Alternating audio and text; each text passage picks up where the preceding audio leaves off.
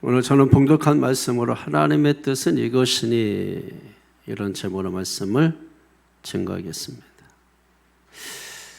사람들은 사는 방식이 다 달라요.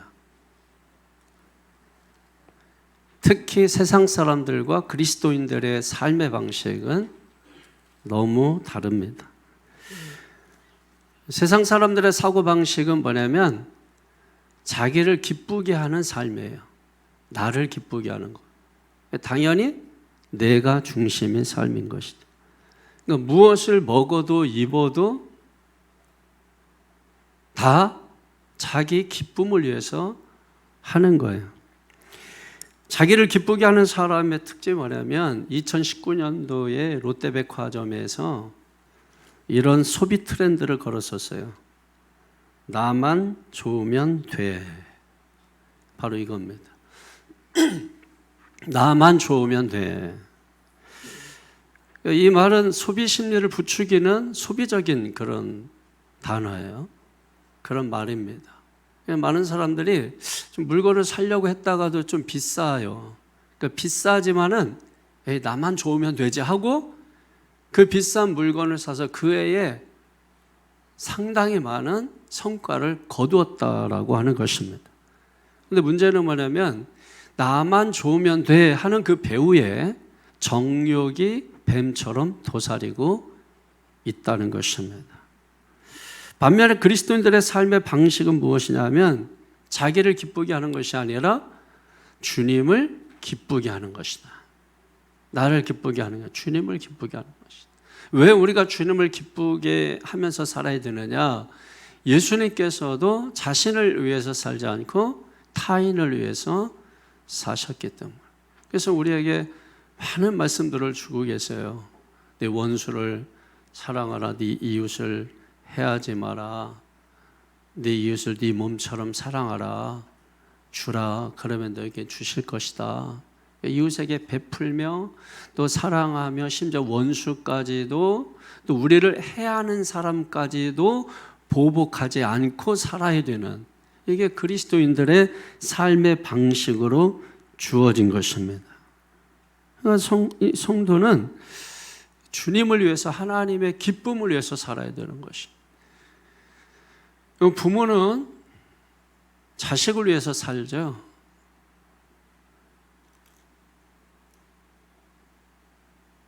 당연히 자식은 또 누구를 위해서 살아야 돼요? 부모를 위해서 살아야 됩니다. 근데 요즘은 이제 좀 이 말에 별로 공감이 안 되는 게, 부모는 부모 자신을 위해서 살고 자식은 또 자신을 위해서 산다는 게 이게 강하기 때문에. 그러나 우리가 기본적으로 부모 자식 간의 관계는 그런 관계는 아니죠. 너는 너고 나는 나고 나만 좋으면 돼, 이런 관계는 아니라는 것입니다. 부모가 정말 살아가는 이유가 자식에게 있는 거죠. 그 부인할 사람은 아무도 없을 것입니다. 자식이 부모를 위해서 산다, 부모의 기쁨을 위해서 산다, 부모님이 기뻐하도록 하기 위한 삶을 산다. 그럼 부모님이 기뻐하시는 것이 무엇이냐? 그게 부모님의 뜻일진데 내가 기뻐하는 것을 하는 것이 아니라 부모님이 기뻐하는 것을 하는 것이 부모님을 기쁘게 하는 것이다. 마찬가지로 여러분, 성도의 삶도 마찬가지예요. 예수 믿고 나 좋으려고 믿으면 그거는 세상 사람의 사고방식과 다름이 없는 거죠. 예수 믿었다면 우리가 그런 사고방식이 바뀌어야 되는 거예요. 그동안 나를 위해서 살았던 이 삶은 내가 예수 믿기 전 세상의 가치를 따라서 살아갈 때 살았던 내 삶의 사고방식이란 말이에요. 그러나 이제 내가 예수 믿었습니다. A와 B씨가 완전히 달라지는 거죠. 그러니까 이제는 하나님을 위해서 살아가야 돼. 주님의 기쁨을 위해서 살아가야 돼. 나 자신의 기쁨이 아니라 나만 좋으면 돼, 이런 트렌드를 가지고 사는 것이 아니고 이제는 주님의 기쁨을 위해서 살아가야 된다. 주님의 기쁨이 뭐냐? 주님의 기뻐하시는 것이 뭐냐? 그것이 하나님의 뜻일진데 오늘 성경 그것을 거룩이라고 말씀하고 있는 것입니다. 오늘 성경 1절에서 3절까지 한번 읽어보겠습니다. 1절에서 3절까지 시작. 그러므로 형제들아 우리가 끝으로 주 예수 안에서 너희에게 구하고 권면하노니 너희가 마땅히 어떻게 행하며 하나님을 기쁘시게 할 수 있는지를 우리에게 배웠으니 곧 너희가 행하는 바라 더욱 많이 힘쓰라. 우리가 주 예수로 말미암아 너희에게 무슨 명령으로 준 것을 너희가 아느니라. 하나님의 뜻은 이것이니 너희의 거룩함이라 곧 음란을 버리고. 하나님의 뜻이 뭐라고요? 거룩함이다, 이렇게 말씀하고 있는 것입니다. 그러면서 1절 맨 마지막에 그것을 위해서 우리가 힘쓰면서 살아라. 더욱 힘쓰면서 살아야 되는 거, 우리가 먹고 살기 위해서 당연히 여러분 그렇게 살잖아요. 그런데 이 거룩을 위한 삶은 그것보다도 더 힘쓰고 살아야 된다라고 하는 거예요. 우리가 왜 예수 믿고 우리가 똑같이 일반 사람들하고 똑같이 직장 다니고 똑같이 하고, 그러나 예수 믿은 이후에는 어떻습니까? 할 거 다 똑같이 하고 그 다음에 기도도 하고 예배도 드리고 오늘도 주일날 이불 속에 뒹굴고 있는 사람들 많을 거고 어디 놀러 가는 사람도 많을 거고, 근데 예수 믿기 때문에 우리가 교회에 나와서 예배를 드리고 있단 말이에요. 그러면 개인적으로도 성경을 읽고 또 성경을 묵상하고 또 기도도 하고 또 전도도 하고, 그건 개인의 또 영성 생활을 위해서 노력하는 부분이 있단 말이에요. 그러니까 더욱 더 힘쓰지 않으면 우리가 거룩을 이루면서 살 수가 없기 때문에 하나님의 뜻은 이 거룩을 위해서 뭐예요? 더욱 힘쓰는 자가 되라, 이렇게 말씀을 하고 있는 것입니다. 그런데 오늘 1절에 보니까 어떻게 시작하냐면 그러므로 이렇게 시작하죠. 그러므로 이렇게 시작하는 것은 앞에 있는 내용을 받고 그리고 그 다음에 새로운 국면에 접어들 때 바로 그러므로라고 하는 접속사를 사용하게 되는 거죠. 그러므로라고 하는 것은 그럼 뭘 받을까요? 가깝게는 3장 마지막 절인 13절일 것이며, 그리고 폭넓게는 1장에서 3장까지의 내용이에요. 그럼 1장에서 3장까지의 내용은 뭐냐면 사도 바울이 데살로니가 교회의 성도들을 권면하고 위로하고 칭찬하는 내용입니다. 그러면 새로운 국면에 접어든 4장에서 5장의 내용은 뭐냐면 이제 새로운 국면에 접어든 사람들에게 어떤 것에 대해서 권면하고 있는 구체적인 내용입니다. 그 구체적인 내용들에 대하여 이렇게 하라, 이렇게 말씀을 하고 있는 내용이에요. 한마디로 말하면 당근과 채찍을 같이 주는 거예요. 1장에서 3장까지는 아유 잘한다 아이고 잘한다 그러면서 칭찬했단 말이에요. 근데 갑자기 새로운 국면에 접어든 4장부터는 뭐냐면 채찍을 주기 시작하는 것입니다. 그 정도 가지고는 안 돼, 더 해야 돼 라고 하면서 채찍을 주는 말씀이란 말이에요. 그래서 오늘 3장 맨 마지막 절인 13절에 우리가 더 힘써야 될 것이 무엇인가에 대하여, 그리고 오늘 본문과 연결되는 것이 무엇인가를 보여주고 있습니다. 3장 13절 다 같이 보겠습니다. 시작. 너희 마음을 굳건하게 하시고 우리 주 예수께서 그 모든 성도와 함께 강림하실 때에 하나님 우리 아버지 앞에서 거룩함에 흠이 없게 하시기를 원하노라. 아멘. 할렐루야. 한마디로 말하면 뭐예요? 거룩이에요. 거룩. 저는 이 말씀 중에 정말 그 좋은 말씀이 우리의 마음을 굳건하게 하시고 라고 해요. 여러분 마음을 굳건하게 하시기를 바랍니다. 지금 우리 시대에서 가장 강력한 영적 무기는 뭐냐면 마음을 굳세게 하는 겁니다. 굳세어라 금수나. 네? 마음을 굳세게 하십시오. 굳게 하십시오. 영적 허약 체질에서 벗어나십시오. 아직 신앙이 어린 데살로니가 교회 성도들도 주 안에 굳게 섰다고 말씀하고 있지 않습니까? 세상을 이기는 비결은 다른 거 아니에요. 마음을 굳게 하는 것입니다. 잠언서 4장 23절에 생명이 이 마음에서 나오는 것입니다. 하나님께서 빌립보서 4장 6절 7절에 우리의 마음을 지켜주시는 것입니다. 그렇기 때문에 강하고 담대하십시오. 그걸 어디에다 대고 하는 거예요? 이사야 41장 10절에 있는 것처럼 우리의 마음에 대고 하는 소리예요. 그래서 여러분, 우리가 입으로 고백하는 말이 로마서 10장 9절 10절에 보면은 어디서 나와요? 마음에서 나오는 거예요. 마음에서. 할렐루야. 그래서 우리가 하나님의 말씀을 듣는다, 배운다 이렇게 표현하지만 실제적 원어적 뜻을 말하면 받는다 이렇게 되어 있는 거예요. 하나님의 말씀은 듣는 게 아니에요. 하나님 말씀은 엄밀하게 말하면 배우는 게 아니에요. 오늘 성경의 번역을 그렇게 해놔서 그런 거지, 원어적 번역이 잘 되어 있는 것이 데살로니가전서 2장 13절인데 사람의 말로 받지 않고 하나님의 말씀으로 받음이니, 이거 받는다고 표현하는 이 말은 원어적으로 표현한 거예요. 그런데 오늘 성경에 보면 배운다, 이것을 배웠다라고 하는 것은 이게 받았다 이런 말이에요. 그러니까 여러분, 하나님의 말씀은 우리가 받는 거예요. 주면 받는 거예요. 그래서 우리가 말씀을 받을 때 어떻게 하는 거예요? 아멘. 그러니까 아멘 잘하시는 분들은 순종 잘하시는 분들이에요. 아멘이 순종이에요. 그럼 고린도서 1장 20절에 아멘하여 하나님께 영광을 돌릴지어다. 그럼 아멘하여 하나님 앞에 영광.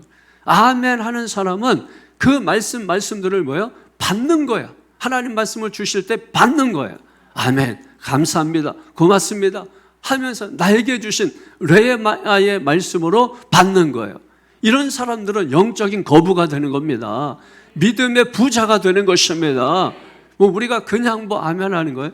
여러분, 어른이 아이에게 주려고 해도 아이가 믿음의 손을 내밀지 않으면 절대로 아이는 부유해지지 않습니다. 아이는 계속해서 가난해지는 것입니다. 여러분, 성도가 하나님께서 은혜로 은혜는 뭐예요? 거저 주시는 거예요. 값 없이 거저 공짜로 주는 거잖아요. 그래서 모든 것을 하나님의 은혜로 주실 때 받는 방법은 아멘으로 받는 것입니다. 그러면 우리는 믿음의 거부가 되고 믿음의 부자가 되는 것입니다. 영적인 부유자가 되는 것입니다. 마음이 부자야 부자입니다. 마음이 이뻐야, 이건 좀 다를 수가 있어요. 마음은 이쁜데 이게 좀 이렇게 다를 수 있어요. 한번 보세요. 여러분이 직접 확인해 보면 금방 알 수 있어요. 어떻게 같아요? 달라요? 같아요? 시력에 좀 문제가 있는 것 같은데. 마음이 이뻐야 여자지. 얼굴만 이쁘다고 여자냐?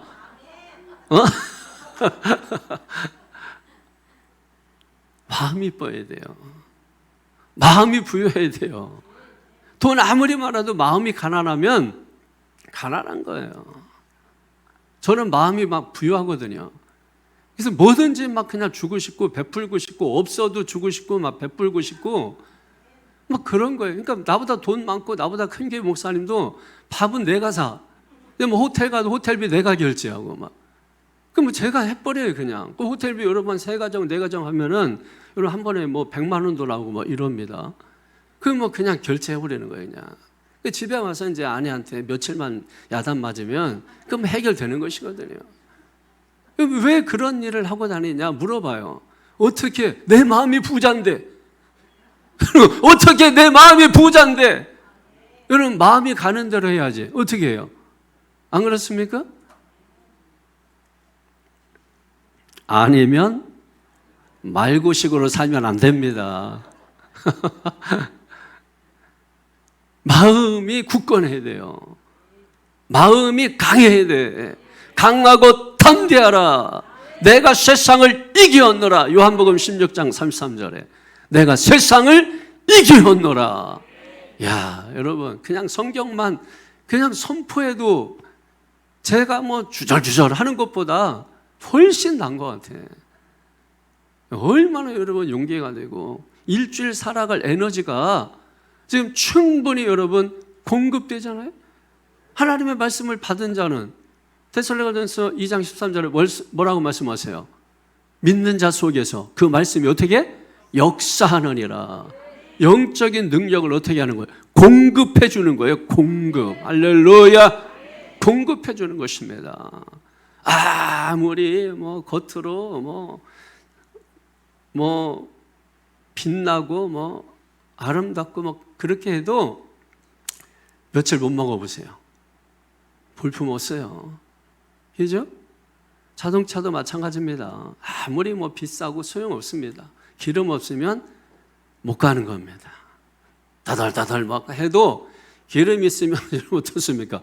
그 더덜더덜하며 가는 것입니다. 자동차는 움직일 때 그 효과를 발휘하는 거죠, 여러분. 믿음의 사람들은 영적인 동력이 있어야 됩니다. 믿음의 역사가 있어야 합니다. 그래서 데살로니가전서 1장 3절에 믿음의 역사와 소망의 인내와 사랑의 수고가 따르는 것입니다. 그럴 때 그런 교회를 뭐예요? 사대 교회는 이름은 살았으나 죽은 교회지만은 어린아이인데 아직 아무것도 못할 때인데 그런데 살아있네. 살아있네. 그게 어떤 교회예요? 데살로니가 교회란 말이에요. 어린아이인 줄 알았는데 얘가 다 커버렸네. 어른인 줄 알았는데 아직도 애네. 그러면 되겠습니까? 그럴 줄 몰랐는데 그 정도일 줄이야.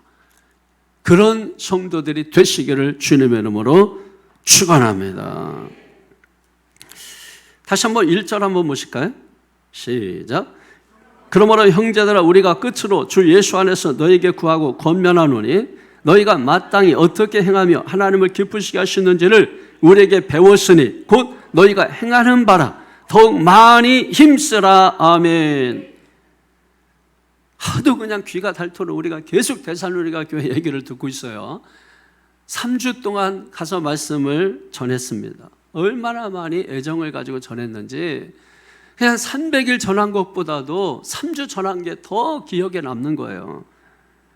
그래서 그 가운데 가르치면서 마땅히 행할 것만 가르친 거예요. 그래서 이 데살로니가 성도들이 바울 일행으로부터 마땅히 행할 일을 배운 겁니다. 그 마땅히 행할 일이 뭐냐? 1절 내용 가운데 보니까 뭐예요? 하나님을 기쁘시게 하는 것이라는 거예요. 그러니까 하나님을 기쁘시게 하는 것, 이걸 뭘 통해서 배웠다? 사도들로부터 성경을 통해 배웠다. 성경을 통해 배웠다. 그러니까 여러분 하나님을 기쁘시게 하는 것도 배워서 해야 된다. 지식을 따라서 해야 된다. 성경을 배워서 하나님을 기쁘시게 할 수 있다. 어떻게 하나님을 기쁘시게 하느냐? 그걸 뭐예요? 성경을 통해 배워야 된다라는 거예요.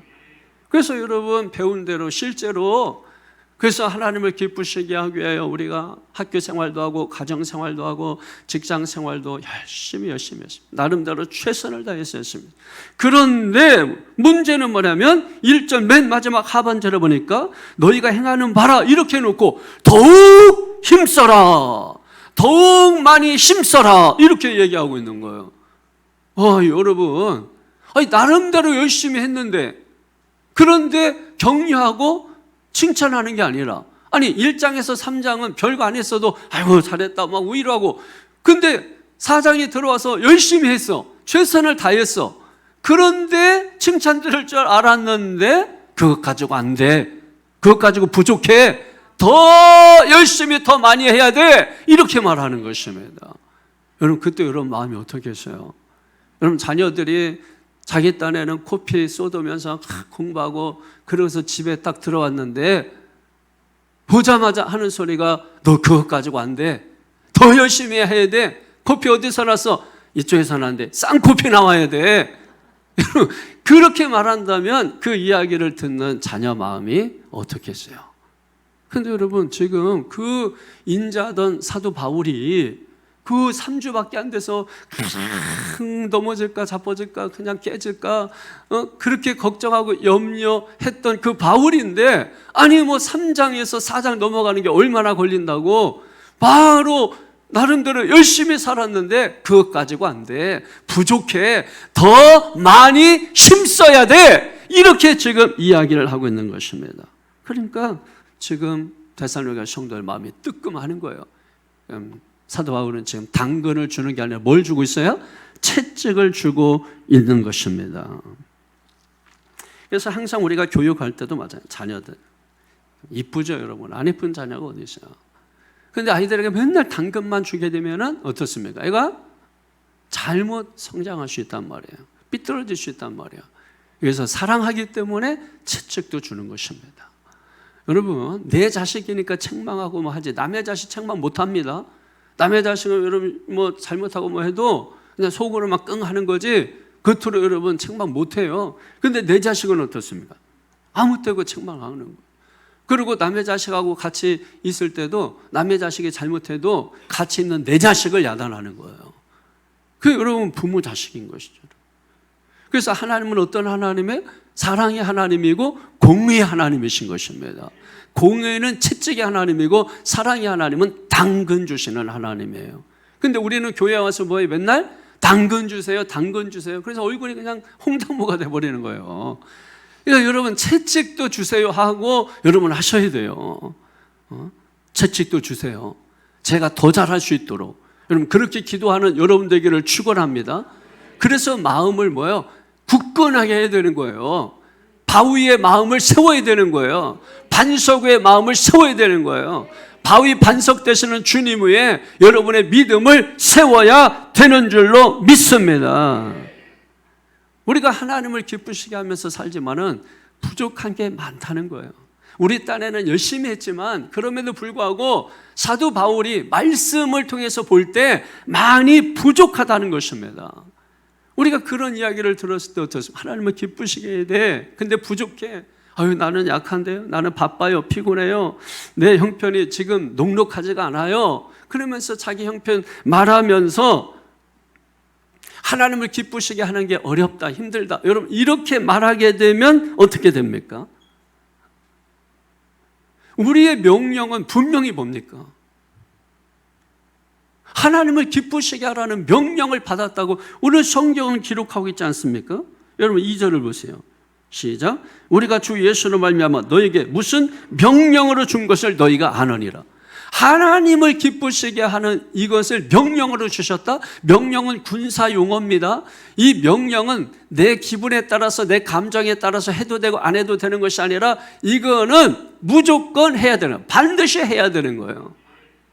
우리는 그리스도의 군사입니다. 그렇기 때문에 우리도 그리스도의 말씀을 명령으로 받는 것입니다. 이 명령으로 받은 이 말씀을 내 형편에 따라서, 내 감정에 따라서, 내 상황에 따라서 해도 되고 안 해도 되는 게 아니란 말입니다. 이거는 반드시 해야 되는 것입니다. 그래서 하나님께서 우리에게 명령으로 주신 것입니다. 그래서 더욱 많이 힘써야 되고 대충대충 하면 안 되는 것이고, 여러분 신앙생활 대충대충 하려고 하지 마세요. 제대로 해야 제대로 됩니다. 여러분 모든 게 대충대충해서 제대로 되는 게 어디 있어요? 대충대충 하면 대충대충 됩니다. 제대로 하면 제대로 됩니다. 우리가 직장 생활하도 교회 생활하면 성공합니다. 그런데 신앙 생활하도 직장 생활하면 다 쫓겨나요. 여러분 이래서 되겠습니까? 신앙 생활하도 직장 생활하면 인정받아야지. 신앙 생활하도 직장 생활하면 다 쫓겨나면 세상의 소금과 빛이 되라고 하는 주님의 명령이 불복종하고 있는 거 아닙니까? 전시의 불복종은 사형입니다. 근데 살아있잖아요. 기회를 주시는 것입니다. 왜? 하나님은 은혜의 하나님이시기 때문에. 그래서 하나님이 위대하신 거예요. 한 번밖에 기회가 없다면 우리는 두려워서 살 수가 없을 것입니다. 사실은 여러분 그런 것이죠. 한 번밖에 기회가 없는 거죠. 여러분 아담과 하와가 에덴 동산에서 왜 쫓겨났습니까? 하나님의 말씀에 불순종한 거예요. 하나님 말씀을 거부한 것입니다. 듣지 않은 것입니다. 선악을 알게 하는 열매의 실과를 따먹지 말라 그랬는데 그걸 불순종한 거예요. 그 명령을 따라 순종했어야 되는데, 그러면 인간이 저주받아서 고통 가운데 살지 아니하고 에덴 동산에서 영원토록 주님과 하나님의 생명을 가진 자로서 지금도 살아갈 텐데, 그 죄로 인해서 인간이 버려짐을 당하고 그 죄값을 치르기 위하여 하나님이 사람의 몸을 입고 이 땅에 오신 분이 예수 그리스도이십니다. 그래서 우리가 예수 그리스도를 의지하고 사는 거예요. 왜? 예수 그리스도께서 죄의 문제를 해결해 주셨기 때문에. 그 죄 문제를 해결해 주신 예수님을 믿는 것을 요한복음 1장 12절에 영접하는 것이라고 말씀하는 것입니다. 왜 믿는 것을 영접하는 거? 영접하는 자, 곧 그 이름을 믿는 자들에게. 그러니까 영접하는 게 믿는 것이라는 거예요. 예수님을 마음에 모셔드리는 걸 믿는 것으로 한다는 것입니다. 그러니까 마음에 모셔드리세요. 말씀을 그래서 마음으로 받는다고 말하는 것입니다. 쉐마라고 하는 말도 겉으로는 들으라, 그래서 귀로 듣는 것 같지만 그 깊이, 한 번 더 깊이 들어가면 쉐마의 본질적인 뜻은 뭐냐면 받으라는 것입니다. 마음으로 받으라. 귀로 듣고 마음으로 받으라는 것입니다. 그게 쉐마예요. 그게 마음판에 새겨져서 말씀이 되는 겁니다. 그 새겨진 말씀이 우리에게 있느냐는 거예요. 그걸 새 언약으로 하나님이 우리에게 주시는데 약속이 없잖아요, 우리는. 받은 약속이 없잖아. 지금 말씀이 공중에 막 왔다 갔다 그랬는데, 여러분 그 말씀이 공중에 막 왔다 갔다 그러면 뭐 하겠어요? 여러분 밖으로 나가면 많은 물건들이 있는데 그 물건의 진열장에 진열대만 있으면 무슨 소용이겠어요? 나하고 아무 상관이 없는 거예요.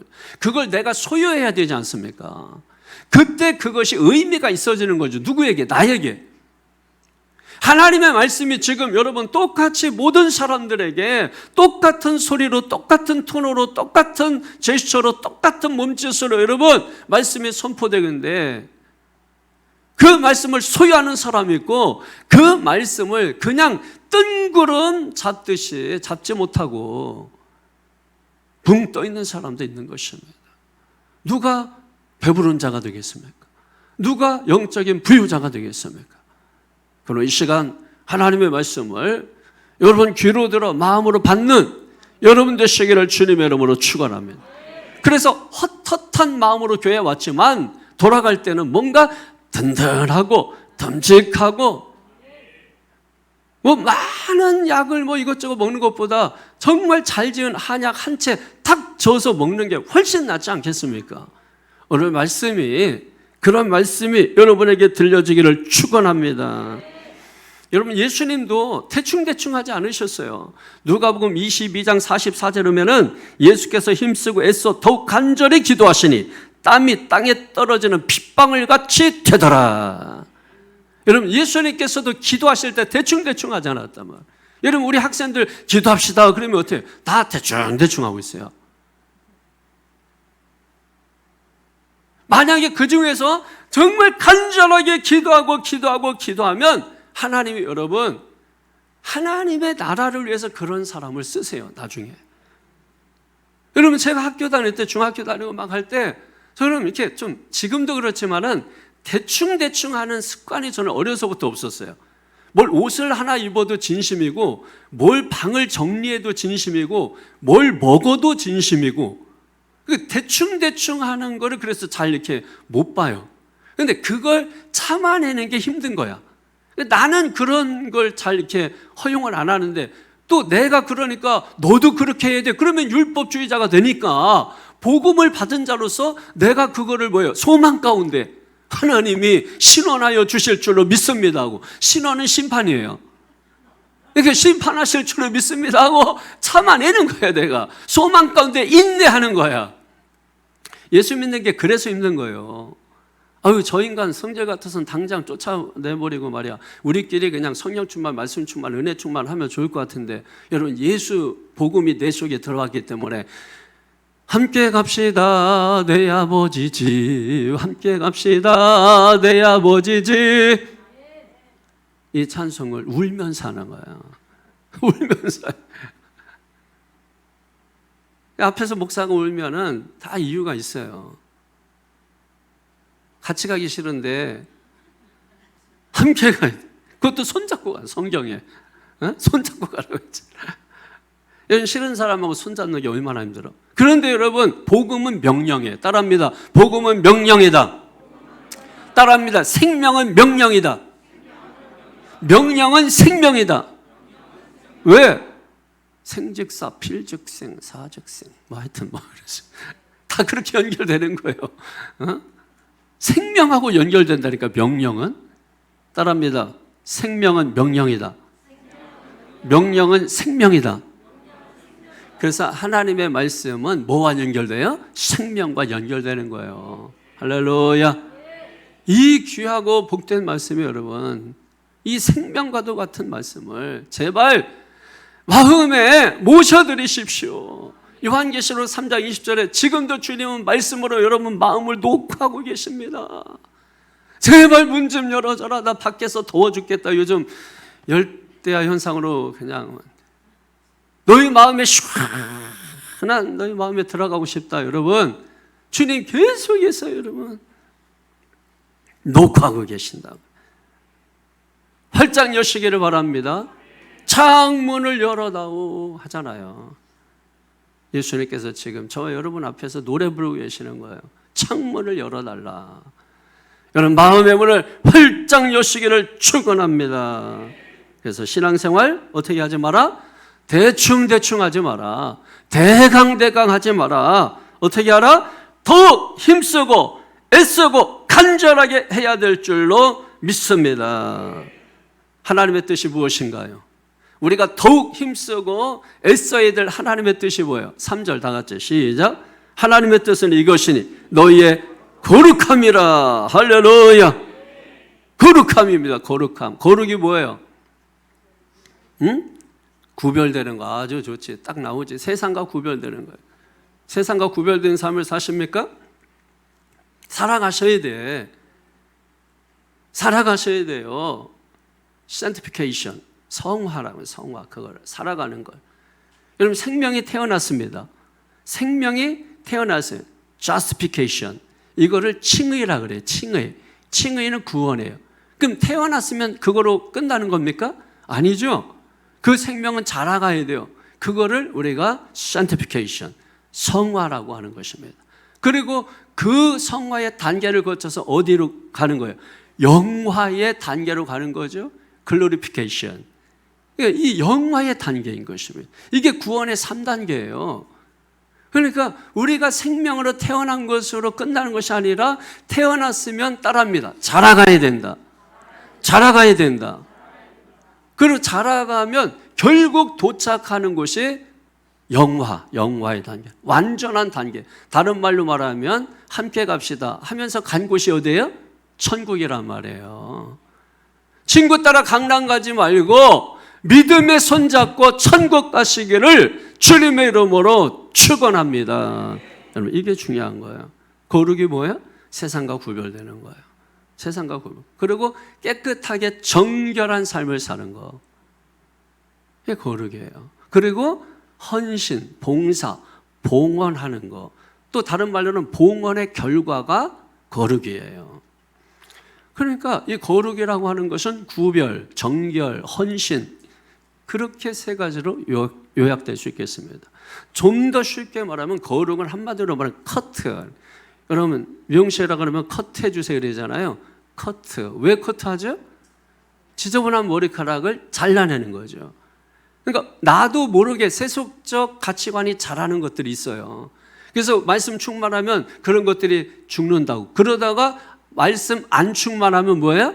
그게 나도 모르게 막 무성무성 뭐라 그러죠? 무성하게 막 이렇게 무성무성 자라나게 되는 것입니다. 그 자라난 거를 커트, 말씀의 칼로 커트, 말씀의 칼로 커트. 그걸 거룩이라고 하는 거예요. 어느 날 여러분 머리를 장발하고 있다가 어느 날 이렇게 딱 잘라보면 뭐예요? 오, 단정하신데요? 단정하잖아요. 머리 잘라보면. 그죠? 도복머리였는데 머리 딱 잘라봐. 단정하죠. 그걸 뭐예요? 거룩해졌다. 이렇게 하는 것입니다. 그러니까 사람들이 알아보는 거예요. 거룩해진 사람이 알아보는 거예요. 할렐루야. 그게 거룩인 것입니다. 그래서 이 거룩을 위해서 더 많이 힘써라. 이렇게 말하는 거죠. 거룩도 여러분 선물입니다. 그래서 찬송가 가사에도 있는 것처럼 이 거룩을 점점 뭐예요? 거룩하신 나도 이루리 하는 찬양이 있잖아요. 그러니까 나도 이 거룩을 계속해서 이루어 가야 되는 것입니다. 그냥 거룩해졌어 하고 끝나는 게 아니에요. 거룩을 하나님이 선물로 주셨다면 그 거룩을 우리가 계속해서 거룩하심이 자라가게 해야 된단 말이에요. 그랬을 때 영화의 단계에 도달하게 되는 것입니다. 베드로전서 1장 16절에 보면 내가 거룩하니 너희도 거룩하라. 이것도 명령이에요. 명령으로 주신 거예요. 그러면 우리는 내 형편과 내 상황과 기분과 감정, 여러분 그게 중요한 게 아니란 말이에요. 중요한 것은 주님이 주신 명령이 더 중요한 거예요. 거룩하라. 거룩하라.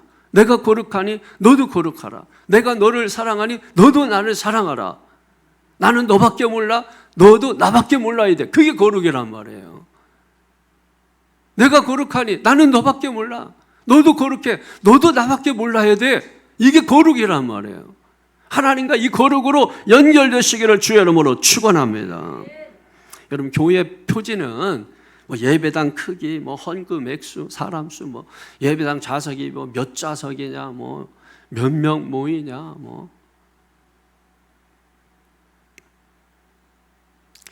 그게 이제 세상적인 거잖아요. 세속적으로는 숫자, 크기, 뭐 이런 것들 그걸 우리가 구약 성경대로 말하면 니무롯의 문화라 그래요. 그러니까 줄서기 하는 거, 1, 2, 3등 매기는 거. 그러나 여러분 세상에서는 1등, 2등, 3등 뭐 성공하고 하지만 교회에서는 성공이 아니라 승리예요. 승리입니다. 믿습니까? 그러니까 승리는 누구나 할 수 있는 거예요. 꼴찌도 승리할 수 있는 거예요. 그러니까 성공은 한두 사람 하는 거죠, 여러분. 나머지는 다 그 성공하려고 그냥 간증 듣고 맨날 그런 거 하는 것이죠. 근데 그게 쉽지 않아요. 세상에서는 그걸 허락하질 않아요.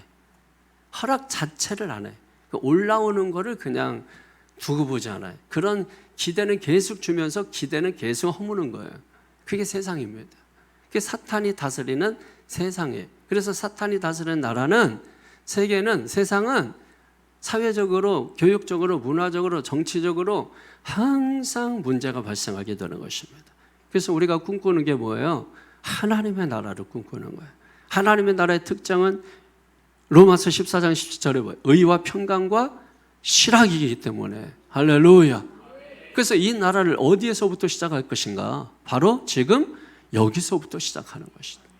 그 나라가 임하지 못하는 게 무엇인가? 마가복음 1장 15절에 그걸 회개하라. 할렐루야. 그러면 하나님의 나라가 우리 가운데 임하게 되는 것입니다. 그러면 오늘 거룩하라. 이걸 위해서 더욱 힘써라. 그러면 어떻게 거룩해지나? 여기에 대해서 한두 가지만 말씀드리겠습니다. 우선 첫째는 음란을 버려라. 이렇게 말씀하는 것입니다. 3절 하반절을 보니까 곧 음란을 버리고 이렇게 말씀하래요. 음란이라는 말이 뭐냐면 음란할 난잡할 난 이런 뜻입니다. 그러니까 음란하고 난잡한 것을 말하는 거죠. 그리고 음란의 또 다른 의미가 중요한 것인데 음란의 또 다른 의미는 뭐냐면 대적하는 것을 말합니다. 그러니까 무엇을 대적하는 거예요? 마땅할 행할 도리를 대적하는 것입니다. 그러면 마땅히 행할 도리가 무엇인가 하면 그게 바로 거룩입니다. 그러니까 여러분 음란을 버려라. 왜 그래요? 거룩을 말하면서 왜 음란 얘기가 나옵니까? 음란은 하나님의 거룩을 대적하는 것입니다.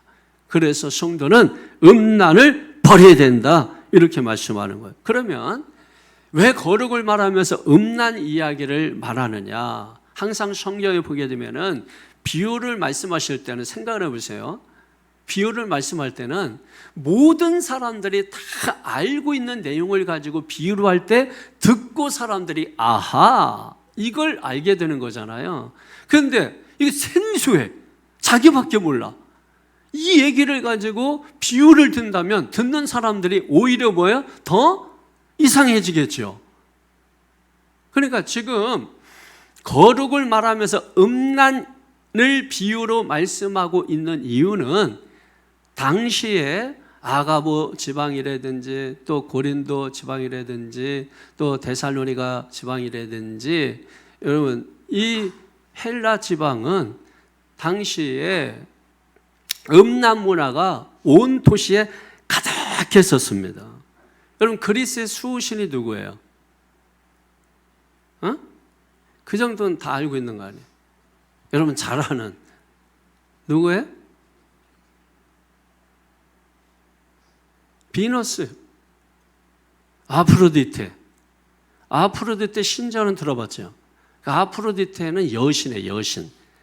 근데 그 여신이 누구냐면 비너스예요. 그러니까 여러분, 비너스하고 아프로디테는 같은 사람입니다. 그러면 이제 로마식 발음으로 할 때는 비너스라고 하고 헬라식 발음으로 할 때는 아프로디테라고 해요. 그러니까 이거를 이제 그 이해를 못하면 두 신 다른가 보다 이렇게 하는데 그런 게 아니고 이제 같이 써야 되죠. 원래 말하려면 비너스 아프로디테. 이게 이제 수호신인데 이게 미와 사랑을 상징하는 다산의 신입니다. 그러니까 이 신은 뭘 어떻게 하는 거죠? 다산. 아기를 많이 낳게 하는 거예요. 근데 이 아프로디테 비너스 이 신에게는 이 1000여 명의 여사제가 있었습니다.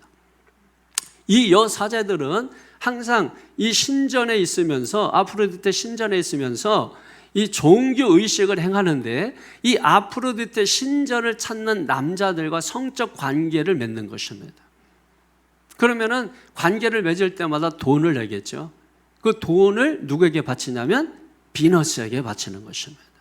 근데 이것이 우리가 볼 때 난잡하다 이렇게 생각이 들지만은 그 당시에 그것은 종교적인 행위로서 당연하게 여겨지고 있는 거예요. 그러니까 일반적인 것이란 말이에요. 그게 이상하지가 않은 거예요. 자, 한번 이 말씀을 기억하고 이제 제 말씀을 들어보세요. 자, 데살로니가 교회 성도들이 이제 복음을 3주 듣고 이제 어린 신앙을 가지고 교회가 세워졌습니다. 그래도 들어보니 그 교회가 참 신앙이 잘 자라고 있다. 그래서 칭찬하고 격려했는데 뒤를 딱 보니까 아직도 세속적인 가치를 버리지 아니하고 이 사람들도 이전에 해오던 방식으로 똑같이 음란한 일을 하고 있었다라고 하는 것이죠. 여러분, 이전 것은 지나갔으니 보라 뭐예요? 새 것이 되었도다. 그럼 이전의 일을 버리고 새 일을 해야 되는데 예수를 믿으면서 뭡니까? 이전의 일을 여전히 하고 있었던 것이죠. 그래서 오늘 성경에 음란을 버려라. 그 음란이 영적으로는 뭐예요? 거룩을 대적하는 것이다. 거룩을 막는 것이다. 거룩을 이루어가지 못하게 방해하는 것이다. 그러므로 뭡니까? 그러므로 음란을 버리고 이렇게 말씀을 하고 있는 것입니다. 에베소 4장 22절에서 24절을 보면은 너희는 유혹의 욕심을 따라 썩어져가는 구습을 따르는 옛사람을 벗어버리고 오직 너희의 심령이 새롭게 되어 하나님을 따라 의와 진리의 거룩함으로 지으심을 받은 새 사람을 입으라. 자, 여러분, 우리가 교회 와서 예수 믿고 찬송하고 기도하고 예배하고 말씀 듣고 여러분 그렇게 합니다. 새 사람을 입은 거예요. 그래서 새 사람이구나 이렇게 했는데 딱 보니까 아직도 옛 구습을 버리지 못한 거예요. 그래서 미워하고 시기하고 질투하고 욕심 갖고 탐내고 이와 같이 하면 서로 분쟁하고 다투고 여러분 그렇게 살아가고 있는 거예요. 그 육신의 소욕, 그 음란한 짓을 계속해서 하고 있는 것입니다. 그래서 우리가 예수를 믿었다면 그런 음란을 버리라는 것입니다. 그것이 거룩을 방해하기 때문에 하나님의 자녀로서 성장하고 하나님의 자녀로서 발전하는 것을 방해하기 때문에 뭘 버려라? 음란을 버려라. 여러분, 이 편지는 어디에서 쓰고 있는 겁니까? 고린도에서 쓰고 있는 거예요. 고린도는 항구 도시입니다. 우리나라도 마찬가지지만 어디든지 어느 나라든 항구 도시는 좀 이렇게 음란한 영이 막 왔다 갔다 그럽니다. 특별히 전 세계적으로 올림픽이 끝나고 나면은 완전히 성적으로 문란하게 되는 게 특징입니다. 우리나라도 마찬가지. 1988년 이후에 우리나라가 상당히 음란해지기 시작한 것입니다.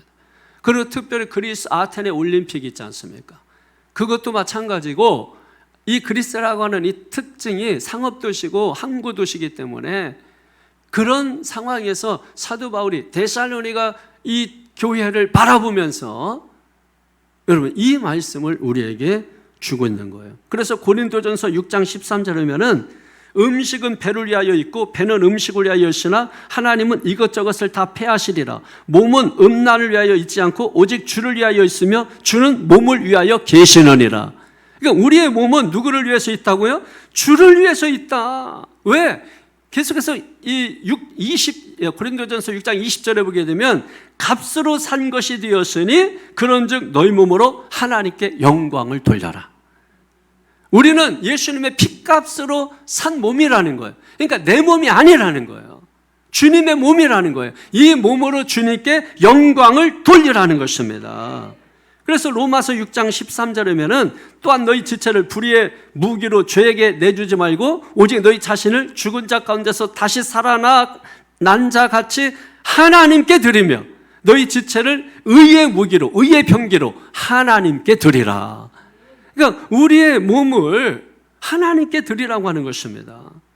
갈라디아서 5장 23절에 보면 그리스도 예수의 사람들은 육체와 함께 그 정욕과 탐심을 십자가에 못 박았느니라. 몸의 정욕에 순종하면 안 된다는 거예요. 어떻게 해요? 십자가에 못 박으라는 것입니다. 그래서 우리는 부활의 몸, 영광의 몸이 되어야 되는데 로마서 13장 11절 14절에 보면 또한 너희가 이 시기를 알거니와 자다가 깰 때가 벌써 되었으니 이는 이제 우리의 구원이 처음 믿을 때보다 가까웠음이라. 밤이 깊고 낮이 가까웠으니 그러므로 우리가 어둠의 일을 벗고 빛의 갑옷을 입자. 낮에와 같이 단정히 행하고 방탕하거나 술 취하지 말며 음란하거나 호색하지 말며 다투거나 시기하지 말고 오직 주 예수 그리스도로 옷 입고 정욕을 위하여 육신의 일을 도모하지 말라. 여기 육신의 일을 도모하지 말라, 이 말은 모든 육신의 일을 금지하라 이런 뜻이 아닙니다. 이것은 다만 자신의 어떤 정욕을 채우기 위해서 육신을 수단으로 삼지 말라는 것입니다. 정욕을 위해서 육신을, 먹는 것을 위해서 육신을 수단으로 삼지 말라는 것입니다. 그냥 먹는 것은 먹고 우리가 좋은 거예요. 뭔가 보고서 그냥 좋은 거예요. 그러니까 우리가 뭐 먹는 거에 빠지든 여행에 빠지든 운동에 빠지든 뭐에 빠지든 여러분 그것은 결코 우리가 신앙생활에 도움이 안 되는 것입니다. 우리가 적당히 어떤 선에서 우리가 빠져나와야 되는 거예요. 왜? 우리가 거기에 빠지게 되면 그게 음란이라는 것입니다. 그걸 버리라는 것입니다. 왜? 그게 거룩한 생활에 장애가 된다는 거예요. 이해가 되십니까? 여러분 이것을 우리가 받아들여야 돼요. 어떻게 받아들여요? 기쁨으로 받아들여야 돼요. 아, 그렇구나 하고 기쁨으로 받아들여야 되는 것입니다. 그래야 거룩함을 이루어 나갈 수가 있다는 것입니다. 그러니까 두 번째로는 아내를 존귀하게 대하라 이렇게 말씀. 4절에 시작. 각각 거룩함과 존귀함으로 자기 아내 대할 줄을 알고. 여러분 거룩과 이 아내를 존귀하게 여기는 것과 무슨 관계가 있기 때문에 갑자기 거룩 얘기하다가 아내를 존귀하게 여겨라 이렇게 말씀을 하고 있느냐는 것입니다.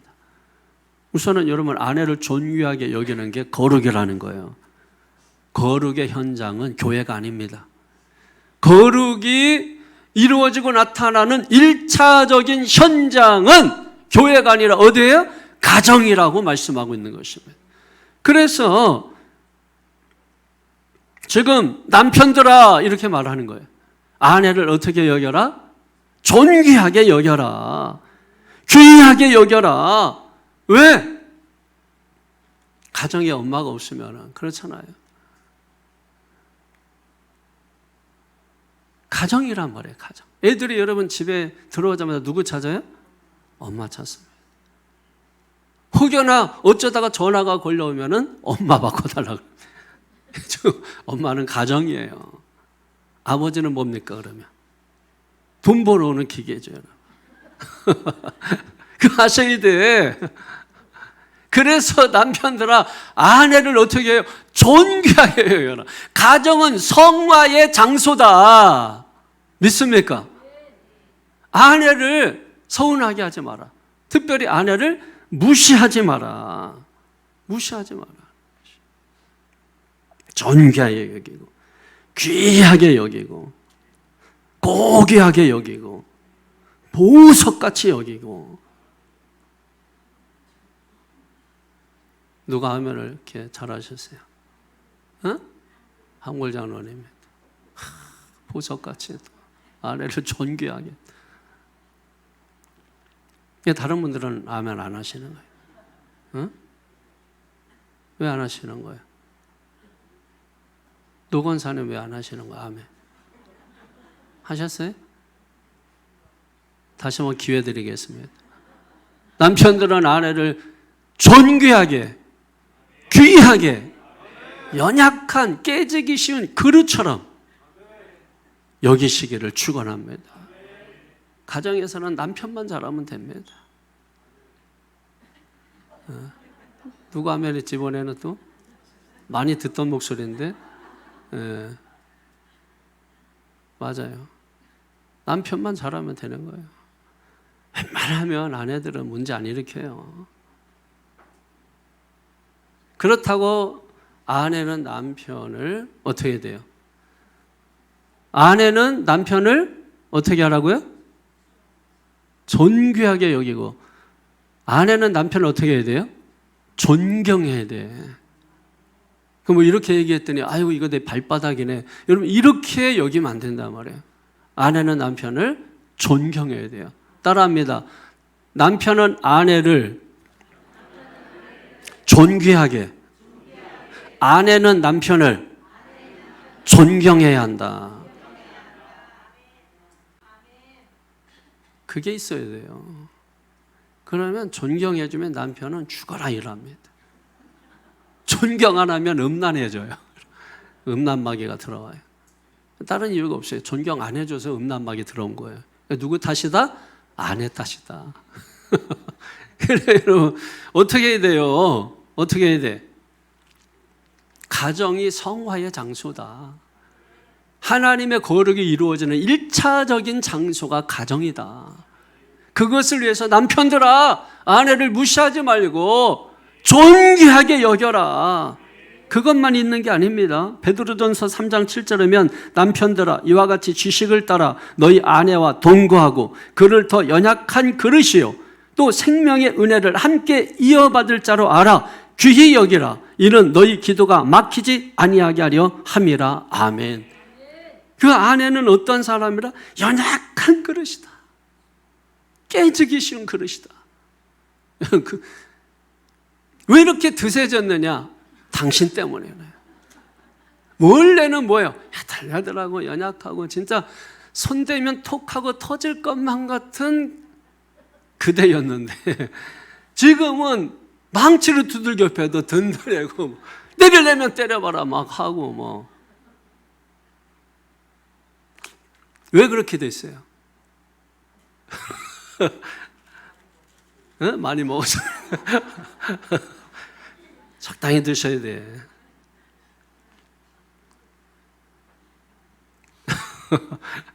기가 막히잖아요, 여러분. 이게 거룩을 이야기하면서 참 첫 번째로 음란을 버리고 두 번째로 그 거룩을 이루기 위해서 뭐라고요? 아내를 존귀하게 여겨라. 할렐루야. 그래서 베드로전서 3장 7절에 뭐가 막힌다고요? 기도가 막힌다는 거예요. 아내를 함부로 대하고 무시하면 기도가 막혀. 기도가 안 돼. 그러면 응답이 안 되는 거죠. 그리고 여러분 특별히 아내는 하나님의 생명의 말씀을 같이 듣고 함께 손못 잡고 어디 들어갈 사람이에요? 천국에 들어갈 사람들이에요. 천국에 들어갈 사람들. 그렇기 때문에 따라합니다. 서로가 귀하게 여기자. 존경하자. 그다음 마지막 세 번째로 이방인처럼 살지 말라는 것입니다. 5절에 보세요. 시작. 하나님을 모르는 이방인과 같이 세욕을 따르지 말고. 그럼 우리는 뭘 따라야 돼요? 성령을 따라, 말씀을 따라야 됩니다. 불신자처럼 세속의 가치관을 따라서 살면 안 됩니다. 세속적 가치관을 따라서 살면 안 됩니다. 1, 2, 3등 세우면 안 됩니다. 힘의 논리로 살면 안 됩니다. 말씀을 따라 살아요. 성경의 가치를 따라 살아야 되는 것입니다. 6절에 보세요. 시작. 이 일의 분수를 넘어서 형제를 해하지 말라. 이는 우리가 너에게 미리 말하고 증언한 것과 같이 이 모든 일에 주께서 신원하여 주심이라. 이게 분수라고 하는 것은 뭐냐면 선이에요. 선을 넘는 거. 분수를 넘어서 형제라고 말하니까 남편이죠. 그러니까 아내들 여러분, 선을 넘지 마세요. 자꾸 선을 넘어. 그러면 형제가 어떻게 돼요? 해한단 말이에요. 무너진단 말이에요. 다친단 말이에요. 이게 서로 선을 지키는 거예요. 여러분, 사람의 모든 관계는 선을 지키는 것입니다. 선 넘으면 여러분 어때요? 죽어요. 38선 넘어보실 분이 있어요. 혹시? 그게 선 넘는 게 뭔지 모르시는 분들 혹시 바로 가르쳐 드릴 수 있는데, 어떻게? 누가 대표로 가실 분, 다녀오실 분이 아니라 가실 분. 가면 못 와. 어떤 분이 자꾸 천국이 있냐 없냐 그래. 그래서 저는 그러면은 직접 가서 확인하세요. 그래요. 오진 못해. 가서 확인은 할 수 있어요. 여러분, 우리 어렸어도 항상 놓은 게 뭐예요? 다 선 그린 거잖아. 그러고서 또 이렇게 사이가 안 좋으면 선 딱 그은다고. 넘어오지 마라. 넘어오면 죽는다고. 부부 관계도 마찬가지예요. 어느 날 싸우면은 베개로 어떻게 되는 거예요? 가운데가 딱 선 그어는 거예요. 넘어오지 마라. 그래서 팔 넘어갔다가 이거 나간 사람들 많아요. 그러니까 선 넘지 말라는 것입니다. 신앙생활도 마찬가지예요. 선 넘지 마라. 뭐예요? 지키고 살 것은 지키고 살자는 것이 서로 지켜줘야 돼. 할렐루야. 그 지키는 게 총 들고 지키는 것뿐만 아니라 약속도 잘 지키고 자기 할 일은 자기가 잘 하고, 여러분 씻는 것도 잘 씻고 입는 것도 잘 입고, 이런 모든 것들이 지키고 사는 것, 선 지키는 것입니다. 그럴 때 가정이 평화롭고 거룩해지는 것입니다. 7절에 시작. 하나님이 우리를 부르시면 부정하게 하심이 아니요 거룩하게 하심이니. 교회는 하나님의 부르신 곳이에요. 교회로 부르신 것은 뭘 위해서? 거룩함을 위해서. 그래서 우리는 거룩함을 받았으니 뭐예요? 거룩함을 또 나눠주는 자가 되어야 합니다. 8절 시작. 그러므로 저버리는 자는 사람을 저버림이 아니요 너희에게 그의 성령을 주신 하나님을 저버림이니라. 아멘. 뭘 저버려요? 뭘 저버린다고 했는데 뭘 저버리는 거예요? 음란을 버려라, 아내를 존귀하게 여겨라, 이방인처럼 살라, 이렇게 제가 말씀을 전했는데 이걸 저버려. 여러분, 말씀 듣고 나서 말씀 저버린 게 한두 가지가 아니죠. 그거는 말씀을 전한 사람, 바울이나 또는 저를 여러분이 배반하는 것이 아니고 누구를? 성령을 통해서 말씀을 주신 하나님을 저버리는 것이 된다는 것입니다. 저 하나쯤 저버리는 거 괜찮아요. 그런데 중요한 것은 제가 스피커 아닙니까? 저를 통해서 하나님의 말씀을 주시잖아요. 그 말씀만큼은 저버리지 말고 그 말씀을 어떻게 해요? 받아서 여러분의 삶의 양식으로 삼아야 된다라고 하는 것입니다. 아까도 말씀드렸듯이 아담과 하와가 하나님 명령을 저버렸기 때문에 그렇게 된 거 아닙니까? 지금도 부모 자식도 마찬가지. 자꾸 부모의 말씀을 저버리니까 그러는 거 아니에요. 성도들도 마찬가지. 하나님과 관계에서 하나님 말씀을 자꾸 저버리니까 문제 아닙니까? 저를 저버리는 건 괜찮아요. 그러나 이 말씀을 전하게 하시는 하나님의 말씀은 사람의 말로 받지 말고 하나님의 말씀으로 받게 되기를 축원합니다. 그래서 에베소 4장 17절에서 20절에 보면은 그러므로 내가 이것을 말하며 주 안에서 증언하노니 이제부터 너희는 이방인이 그 마음에 허망한 것으로 행함같이 행하지 말라. 이방인의 마음은 허망한 거예요. 마음이 한 구석이 텅 비어 있는 것입니다. 거기는 돈으로도 안 되고 정력으로도 안 되고 명예로도 안 되고 권력으로도 안 되고 친구로도 안 되고 여행으로도 안 되고 뭐로 해도 채워지지 않아. 그래서 그걸 계속 채우기 위해서 허망한 가운데 산다는 거예요. 18절에 보면 그들의 총명이 어두워지고 그들 가운데 있는 무지함과 그들의 마음이 굳어짐으로 말미암아 하나님의 생명에서 떠나 있도다. 그래서 이방인들의 특징 뭐냐면 마음이 아주 돌덩이처럼 굳어져 있단 말이에요. 그래서 결국 하나님의 생명에서 떠나 있어서 하나님의 생명을 가진 자가 못 되는 것입니다. 19절에 그들이 감각 없는 자가 되어서 자신을 방탕에 방임하여 더러운 것을 욕심으로 행하되 결국은 욕심입니다. 20절에 오직 너희는 그리스도를 그같이 배우지 아니하였느니라. 할렐루야. 그래서 오늘 말씀을 우리가 들은 대로 믿습니까? 거룩함을 위해서 우리가 살아가야 된다라고 하는 것입니다. 말씀을 정리하겠습니다. 여러분, 성도의 본분이 뭐예요? 성도의 삶의 방향이 무엇입니까? 그것은 하나님을 기쁘시게 하는 것입니다. 하나님을 기쁘시게 하는 그것이 하나님의 뜻입니다. 하나님의 뜻은 오늘 본문 3절에 있는 것처럼 거룩입니다. 그래서 거룩한 삶은 대충 살면 안 돼요. 대강 살면 안 됩니다. 어떻게 살아야 돼요? 더욱 힘쓰는 자가 되어야 합니다. 내가 거룩하니 너희도 거룩하라. 이제부터라도 거룩하라는 것입니다. 지금부터라도 거룩하라는 것입니다. 어떻게? 음란을 버리고 아내를 존귀하게 여기고 이방인처럼 살지 말라는 것입니다. 거룩하게 사는 것이 성도의 힘이라는 것입니다. 우리가 거룩하지 못하게 살면 성도가 무기력하지만 성도가 거룩하게 살면 강력한 힘이 생기는 것입니다. 하나님의 뜻은 거룩입니다. 데살로니가서 5장 16절에 항상 기뻐하라. 쉬지 말고 기도하라. 범사에 감사. 이는 그리스도 예수 안에서 너희를 향하신 하나님 아버지의 뜻이니라. 할렐루야. 그래서 승리자가 되기를 축원합니다. 이번 한 주간도 승리하시기를 축원합니다.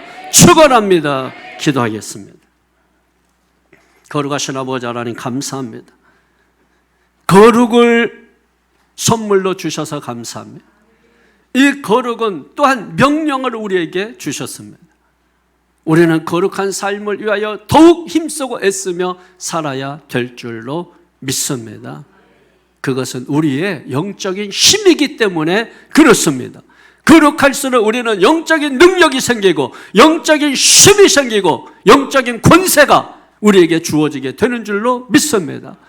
그래서 믿는 자들에게는 이런 표적이 따르리니 라고 하면서 5가지 권세를 주신 것처럼 그 권세와 능력이 우리에게 따르게 될 줄로 믿습니다.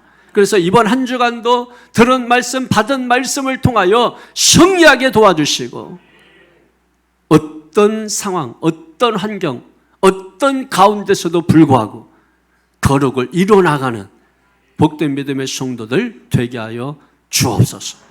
축복하며 예수님의 이름으로 기도하옵나이다. 아멘.